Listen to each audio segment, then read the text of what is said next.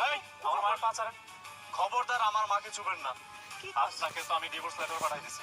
আগামী মাসেই আপনার সাথে আমার ডিভোর্স হয়ে যাবো। আরে আপনি শুধু এখান থেকে চলে যান। আমি ভুল করে ফেলাইছি। আমি যা করছি আমার আম্মার কথাই করছি। আমারই সব দোষ। তার সাথে যে অন্যায় করছি, তুমি কেন? পুরুষ মানুষই আমার সাথে সংসার করবো না, কিন্তু আমি এই যে মার কাছে একটাবার ক্ষমা চাইতে, ক্ষমা, আপনার সন্তান ভুল করলে কি আপনি ক্ষমা করতেন না? আমার আপনি ক্ষমা করে দেন না। ক্ষমা না? আপনি যদি আমার পরিবারের কেউ হইতেন এতক্ষণ আপনাকে আমি মেরেই ফেলতাম। আপনি যান, এখনই চলে যান এখান থেকে।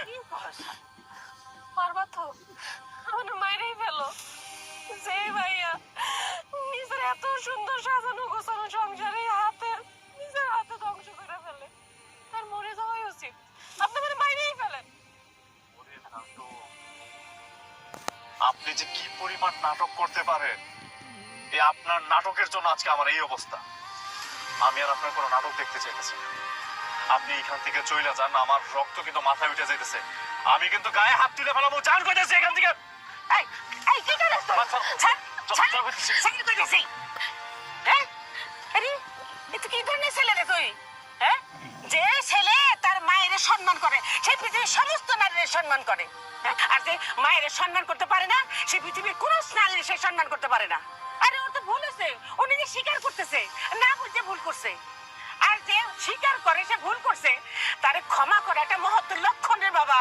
মা, তারা কখনো না যায় না ভুল করে না, তারা তাই না সেটা বুঝে ভুল করে। তোর চেহারা দিয়ে চেহারা কেমন হয়ে গেছে? তুই বুঝছ না কিছু?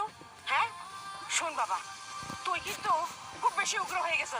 তুই যদি আমার কথা না শুনস, আমার কথা না বুঝতে চাস, তাহলে কিন্তু আমার যেদিকে দুই চোখ চাই আমি সেই দিকে চলে যাবো। মনে রাখিস। চল মা, আমার ঘরে চল। তুই থাকতে পারবি তো আমার ঘরে?